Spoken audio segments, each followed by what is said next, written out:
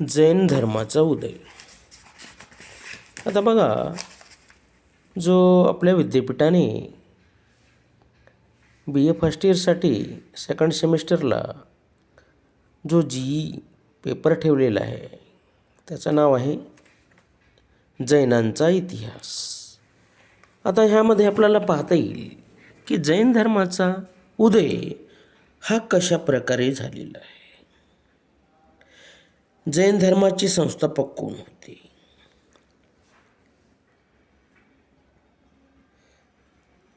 जैन धर्माच्या उदयास व संस्थापकात इसवी पूर्व 6वे शतक व भगवान महावीर यांच्याकडे पाहिले जाते.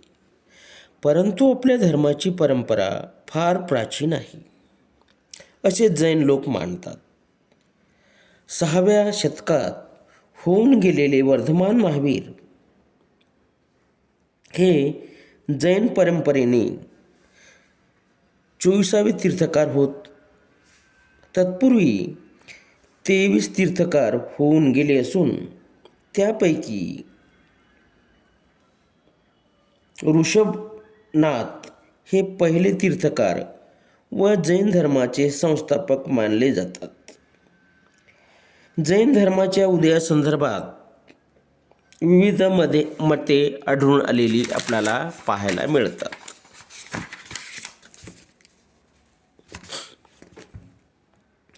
जसे भारताची प्रारंभिक अवस्था म्हणजे भोगभूमी होतो. त्यावेळी मनुष्य हा पशुसमान वागत होता. पाप पुण्यांची भावना होती. त्यामुळे धर्म साधनेचं कल्पनाही अस्तित्वात नव्हती. नंतर जे युग सुरू झाले ते म्हणजे कर्मभूमी होय. या युगात 14 महापुरुष निर्माण झाले. त्यांना मनु किंवा कुलकर असे म्हणतात. या कुलकरांनी मनुष्यास त्यांची कर्तव्य शिकवली आणि वाणिज्य, शिल्प इत्यादी उद्योगधंदे उत्पन्न झाले. हे मातयुगात या 14 मुनींच्या किंवा कुलकारांच्या पश्चात मनुष्यांना धर्माचे उपदेश करणारे व आपल्या चारित्र्याच्या बरे वाईट, सत्य असत्य यातील विवेक स्पष्ट करणारे असे 63 शालका पुरुष असेही म्हटले जाते. असे 24 तीर्थकार, 11 चक्रवर्ती, 9 बलभद्र, 9 वासुदेव, 9 प्रतिभासुदेश होत. यातील तीर्थकार फार महत्त्वाचे आहेत. जैन परंपरेनुसार ऋषभनाथांपासून जैन धर्माची उत्पत्ती झाली आहे.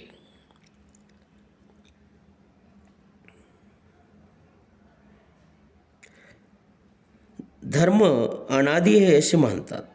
इसवी पूर्व 6व्या शतकाच्या काळात भारताच्या पूर्व भागात नैऋत्य बिहारात म्हणजेच मगध प्रांतात मोठ्या प्रमाणात योशिक चळवळ चालू होती.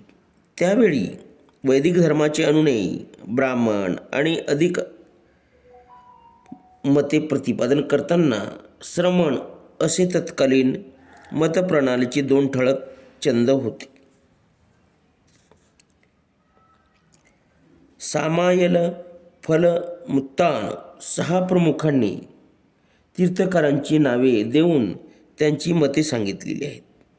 तर ब्रह्म, नालू, बुलपत्ता, मित्रभित्र या 62 दार्शनिक मतांच्या पंचांची नावे न सांगता त्यांचे पृथक्करण केले आहे. अंगुली रोनिकेन, मिलायपन्न आणि संयुक्त निकाय या ग्रंथातही अशा निरनिराळ्या पंथांचा उल्लेख येतो. सुत्तनिपात या पंचात 63 पंथ सांगितले आहेत. सूत्रकृतांग या जैन रचनेत तत्कालीन 363 पंचांग निर्देश येतो. टाणग या ग्रंथात श्रमण वग्गाचे पाय विभाग दिलेले आहे. ते म्हणजे निगांध, सक्क, तापस, गेरुथ आणि अजीव. औपयार्तक या ग्रंथात अनेक भिक्खू वर्गांचा उल्लेख आढळतो. अशाच पंथातील एक पंथ म्हणजे निवांध पंथ. याच पंथात होऊन गेलेल्या आणि पुढे स्वतंत्र महत्त्व प्राप्त झालेल्या महावीरांना जीन ही उपाधी प्राप्त झाली व हा पंथ जैनांचा पंथ म्हणून ओळखला जाऊ लागला.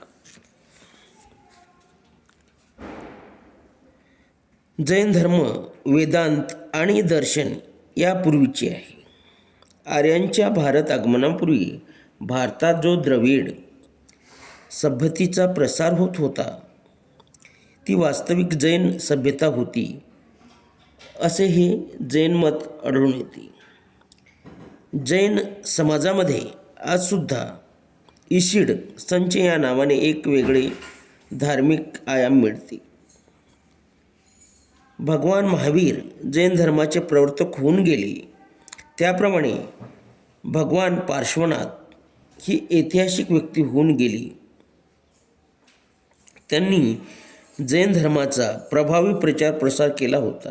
हे सिद्ध झाल्याने साहजिकच जैन धर्माचा उदय इसवी सन पूर्व 8व्या शतकापर्यंत नेण्यास मान्यता मिळाली आहे. यातून जैन धर्माचा उदय केव्हा झाला असेल हे समजण्यास मदत होते.